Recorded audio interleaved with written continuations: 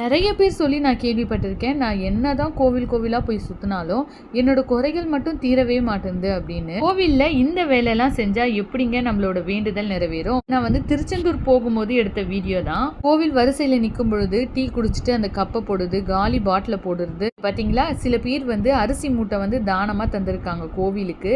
அந்த அரிசி மூட்டையை கூட கிழிச்சு அந்த ஃபுல்லா அரிசி கொட்டிட்டு இருந்து. அதே போல கடற்கரை ஃபுல்லா துணிங்க.